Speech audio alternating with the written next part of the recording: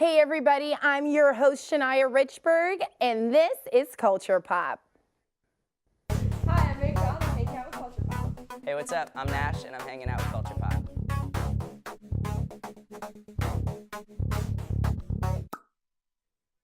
Hey Culture Vultures, welcome to Hot Topics, where we divulge juicy secrets from the pop culture world. Let's get started, shall we? First up, Meek Mill, Justin Bieber, and 2 Chainz all show love and support following a Chris Brown rape allegation. Chris Brown was detained in Paris last week after a woman claimed he raped her. He has since been released.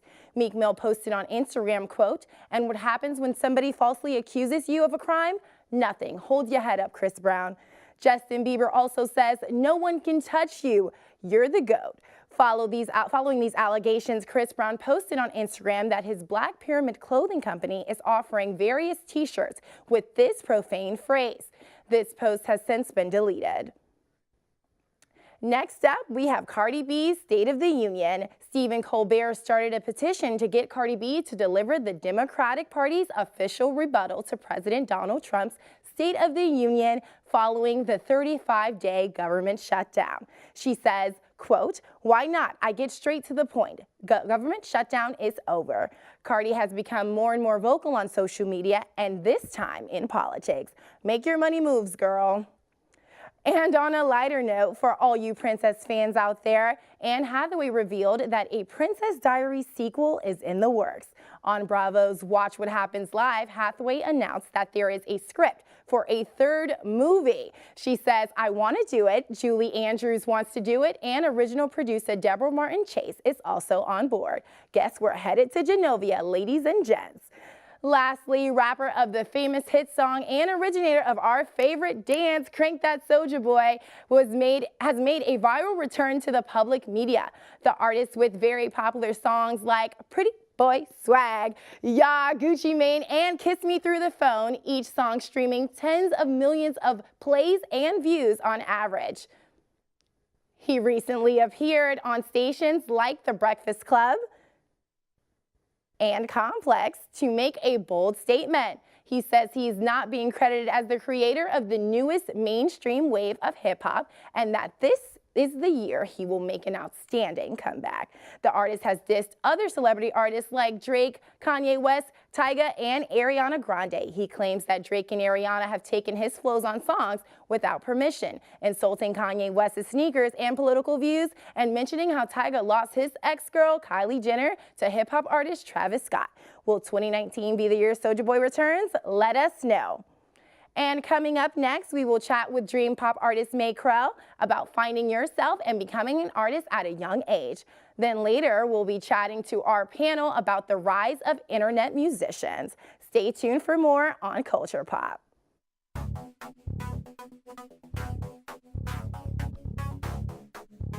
America's got a big problem losing your keys. Hi, I'm Locksmith, and I'm here to serve your car problems. Locked your keys out of your car? We gotcha. Lost your keys? I'll go and find them. Our newly trained convicts can break into any car. This Papa John's car, we'll get that pizza for you. Punch buggy, punch yeah! Yellow cars, black cars, boats! Don't forget about boats, guys! We got boats! This car, yes you? Yeah you! We can break into your car any day, any time! You should get some more business because of this. Sir, whoa, sir, do you need help? Sir, are your keys locked in your car? Move aside, sir, I'm an expert. Ah.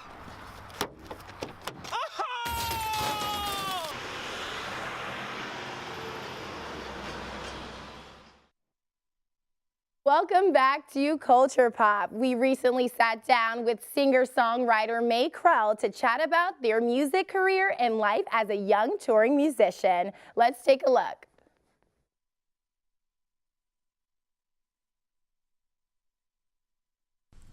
Hey everybody, it's Shania, your host for Culture Pop. We are here at Smart Punk Records with the singer-songwriter Mae Krell. Thanks so much for joining us. Thanks for having me. All right, so you ready to hop into it? Yeah, of course. All right, let's do it. So, if you had to describe your music to someone who's never listened to it, how would you describe it? What's the style? What's the feel? What would you say? I think in terms of sound, it definitely leans towards the singer-songwriter genre. The production on the recent record hits a little bit more in like the pop singer-songwriter area, which is cool. And content-wise, it's definitely super personal. It's raw. It's honest. It keeps that singer-songwriter feel, which I really love. Awesome, that's dope. So 2019, a new year. What are some of your goals for this year, whether they be in music and photography? Well, Happy New Year. I'm stoked. Yeah, I mean, I'm working on demoing new stuff for a new record, so the hope is to kind of get maybe a Monsters acoustic out between that as well. We recorded an acoustic version of the track, which will be fun, I think, and then work on that new stuff. I don't know if it's going to come out in 2019. Don't want to say it Right. you know, but definitely working on a new EP, lots of really cool visuals, lots of video ideas, lots of really talented people who are on board, so I'm super stoked about that. So when it comes to, your music and your style, who's some of your biggest influencers? I think if you go back I think lyrically and actual genre-wise influences differ for sure. Okay. The first kind of singer-songwriter that I heard that I was like, wow, this is really cool, was Simon and Garfunkel. Okay. I grew up listening to them. I love their stuff. And then the first gig I ever saw was Ed Sheeran. It was in his Plus era when he was doing full loop and acoustic. And I was like, this guy is like this is what I want to do. He was the first time that I kind of realized I wanted to do that. And then I love Bowie. I love I grew up listening to Nirvana and Pink Floyd and Elton John and kind of all of those greats in all those different areas. And so I think there's just an influence that comes from everywhere. Okay. And last year you released your EP, Anabasis. Yeah. Did I say it right, y'all? Okay, so can you tell us a little bit about your EP and what does the word mean? Yeah, so Anabasis is Greek, and in a literary term, it means a rebirth or a rise from the death or from an underworld or from a hell. And the songs on the record are ordered in a way to represent that growth. So it starts with the kind of the sadder ones, and it goes into a little bit more hope, going from the dark places to finding a little bit of light, which was a really important concept for me to be able to push. Yeah, so let's talk about the tour. 6 weeks? 8 weeks. 8 weeks. 8 weeks. 8 Okay, 8 weeks. So tell me where you went. What was that experience like for you, being young and touring? Yeah. We had our first show in Jersey because I live in New York, so we kind of started out, and then we went all the way. We kind of went south on the way over. We got to the southern tip of California, went up the coast through Oregon and Washington. Well, we just played in Seattle, Right. And then we kind of went all the way back. Ryan Casada, who's the best, he headlined the West Coast dates. Okay. And so we kind of reached the West Coast, stayed with Ryan, had our dates, that kind of leg with him, and then headed all the way back to New York City. I want you to tell me about those last few shows you had back home.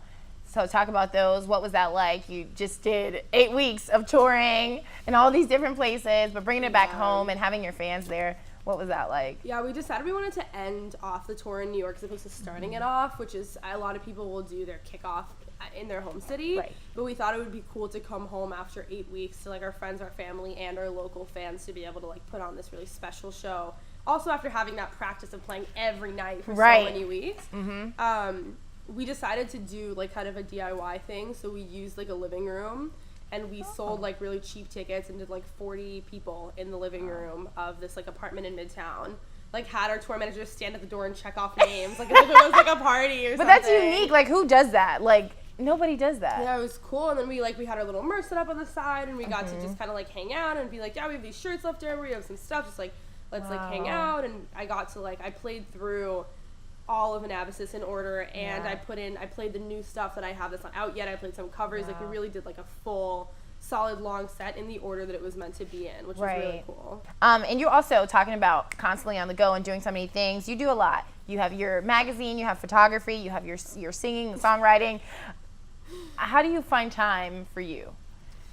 I think the stuff that I do is me. I think that's kind of where it's come in. I have my day job also, and then I do freelance photo stuff, which I think is fun, and it's also my way to see live music, and it's also a way that I make money and that I really enjoy. And then when I play shows and when I record and when I'm writing, that's me. I don't need to take a break from that. 8 weeks on tour, and I felt like I could continue another 8 because I was just. I mean, it's hard work, and you're working around the clock, but it's just so much fun. You know, it's worth it. So. Yeah, you found your why, and that's what makes it worthwhile. And then lastly, what can we expect from you in the next year? What's 2019 have in store for That you? Monsters acoustic for sure. Yes. Which the record, we recorded it when I was younger for sure. And if I look back at it now, I would have definitely wanted to do it in more of a stripped down sense. So we recorded this like kind of new acoustic, just like up at like Purchase College with a friend of mine's friend, and put like a little bit of strings on there, just like very bass acoustic stuff recorded in like less than a day. And I'm stoked to put that out. And then hopefully we'll have teasers and some of the beginning content of the new record coming out by the end of the year. Yeah, well, I'll definitely be looking forward to it. Thanks so much, May. We appreciate having you here.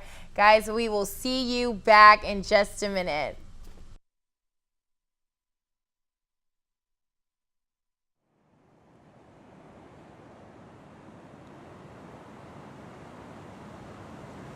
Experience, the sea, art, lifestyle, travel. This is Seek to See More.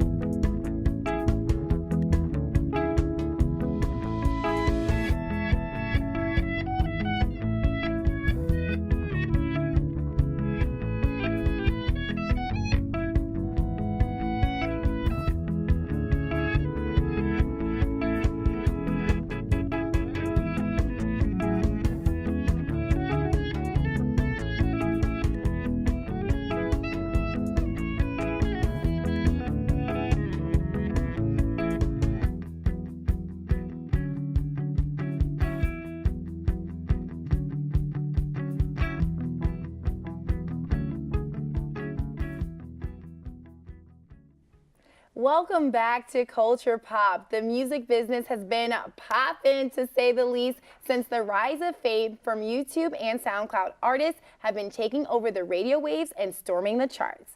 On today's panel discussion, we are going to be talking about the rise of internet music in today's society. On the panel tonight, we have consumers Jack Casero, and we can't forget about our SoundCloud artists, BTMG Mexico and Shrey Lamy. Thanks for joining us, everybody. Thanks for having us. Yeah, good to be on. Well, thank you so much for you all being here. When we come back from SoundCloud to the Billboard Top 100, we'll talk with Nash about this happy, sad music and his new album, We. Are you guys ready? Yeah. All right, so we've seen the success of artists that were discovered online, such as Justin Bieber, Lil Yachty, Shawn Mendes, and even The Weeknd. How does that change the way you find and listen to music as a consumer? Does it make you want to look for them in more places than just the radio? Yeah, I mean, it's like just all about options. Like, there are so many different places where you can find stuff. Like, it's not just SoundCloud, Spotify, YouTube, all that stuff. Like, I don't really like listen to the radio for new music. I like, that's the popular stuff.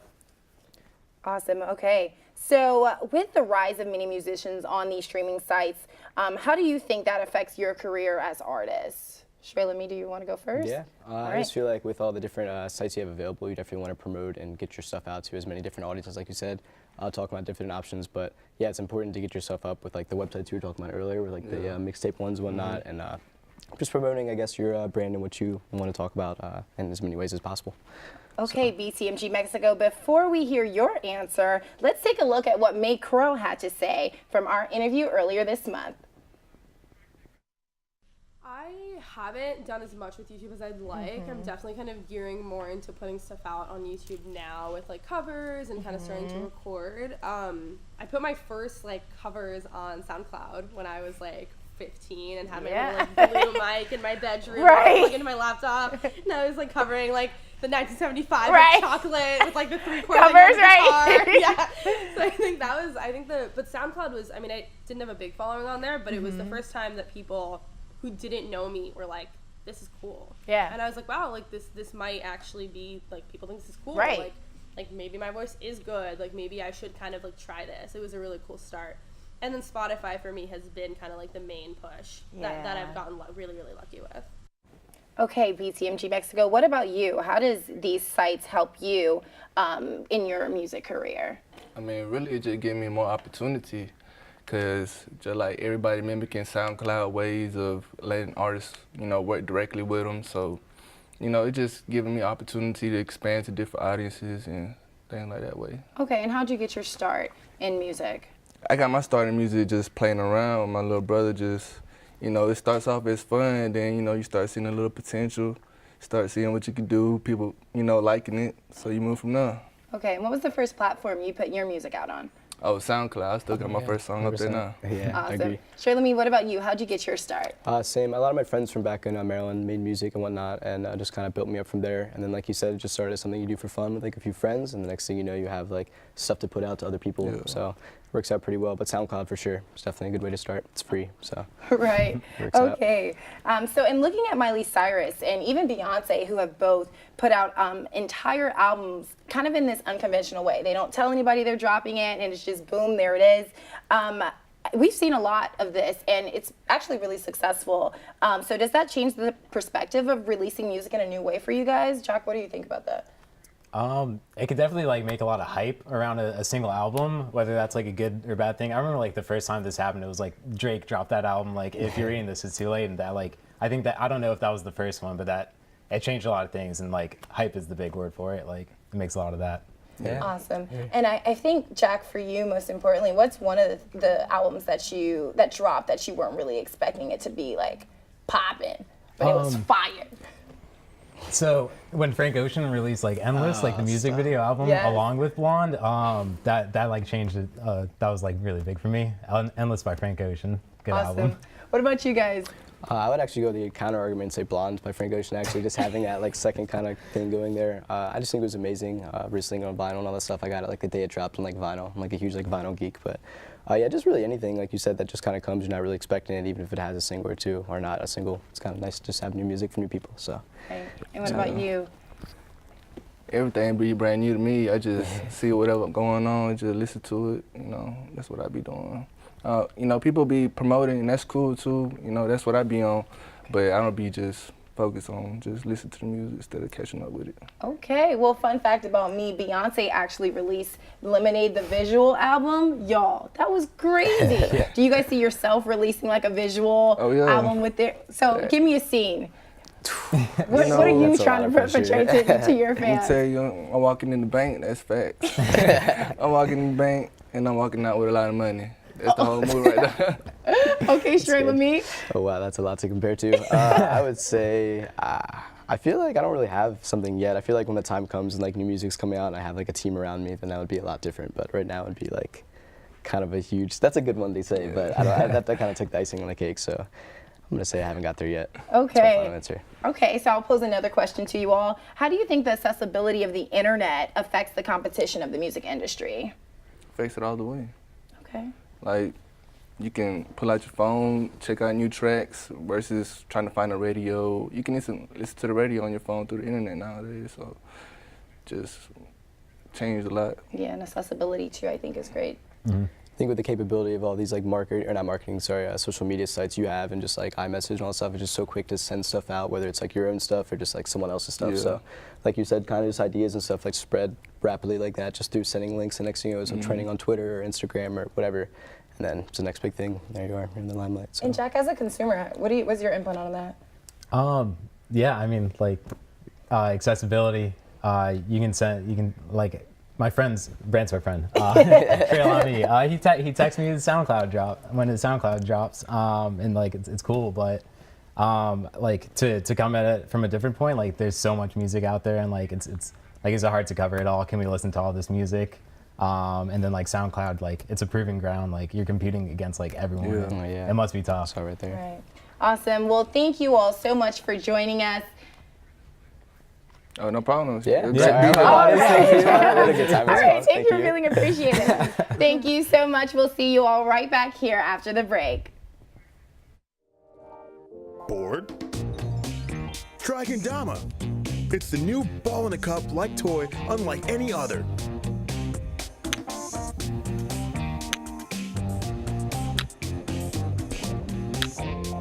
The object is to get the ball in the bowl.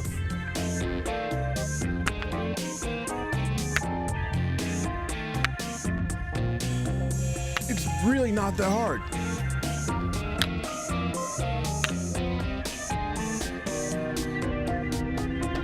What? Play it anytime, anywhere. Let the ball be your guide. Kendama. Product includes small cup, large cup, bottom cup, and spike.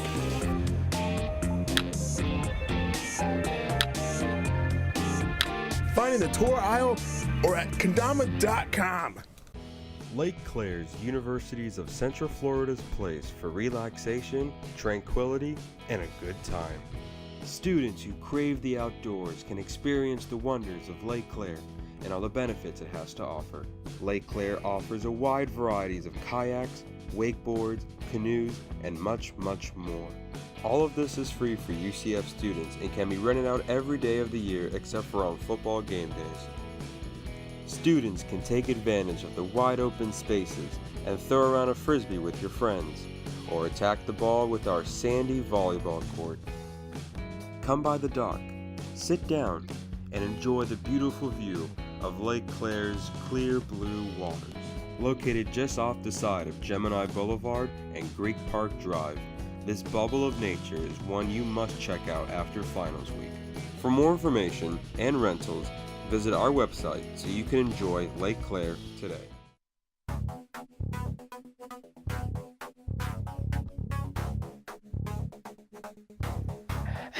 Welcome back to Culture Pop. To close out our show, we bring you an exclusive interview with Billboard Top 100 artist Nash. We sat down with him while on his Broken Hearts Club tour stop in Orlando. Let's check it out.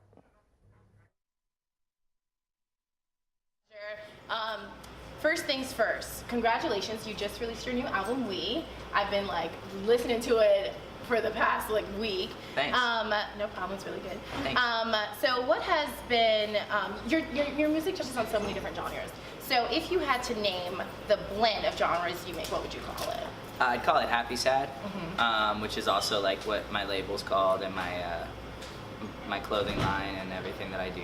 It's just kind of like the balance of a bunch of feelings, and yeah, I guess that's the bucket I put it in. But if you had to put it in a traditional bucket, I guess I'd call it alternative pop. Okay. Yeah. Yeah. Okay. All right. So can you talk a little bit more about how you transform your raw emotions into these songs? Yeah, sure. So growing up, my dad always encouraged me to talk about how I feel. And so it was super important to me that I found an outlet for that as an adult as well. So when I was, coming out of college and everything, I started just recording my thoughts and feelings and putting them out on SoundCloud. And people really connected, and that made me feel great. So then that was kind of what kept me going, is that, people reacted in a positive way to the music I was making.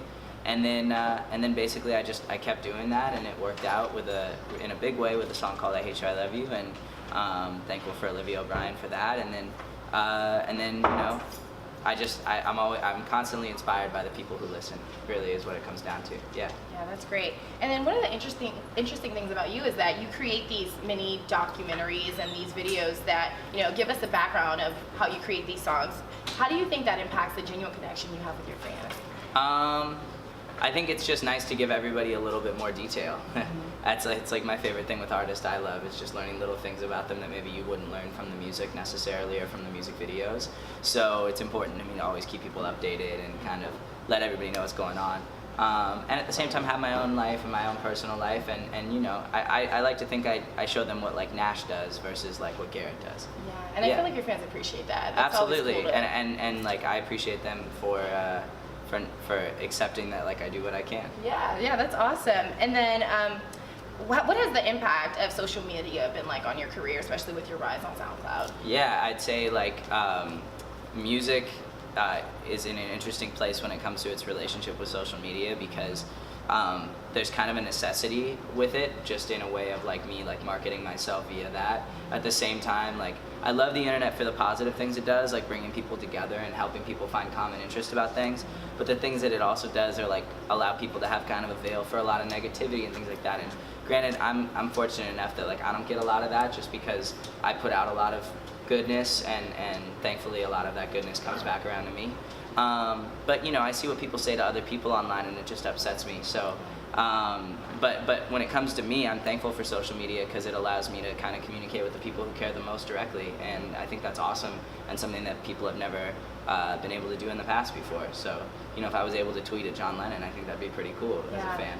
Yeah, that's so, amazing. Yeah. Awesome. So one of the things that I'm so excited to talk about is these super cool shades that you kind of made a part of your brand. Yeah, Circle Sunnies. Circle Sunny. So let's talk about them. What makes them you?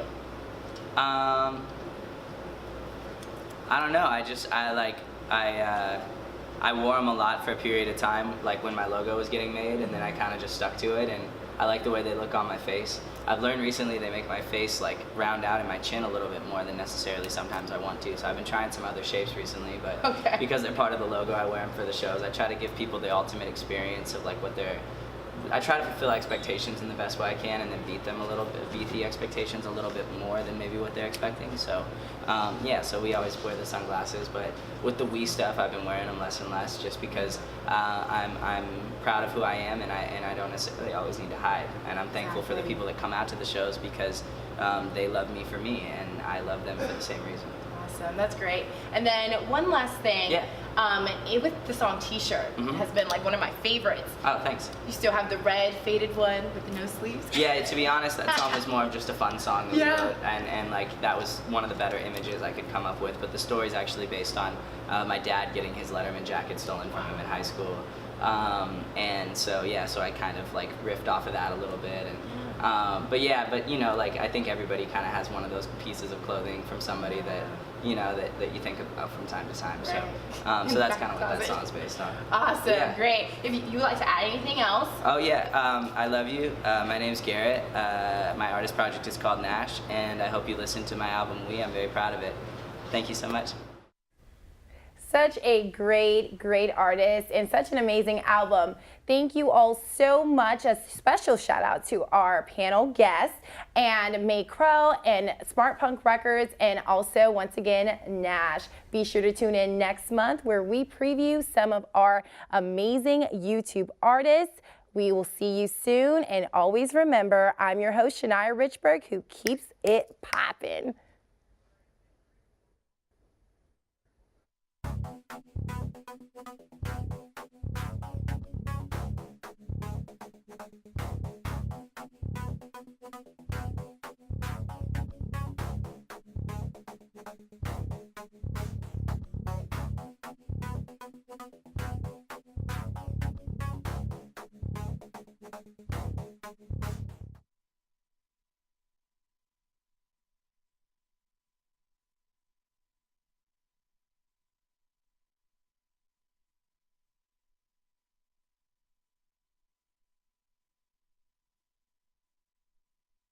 Important topics he focuses on as governor. DeSantis says the environment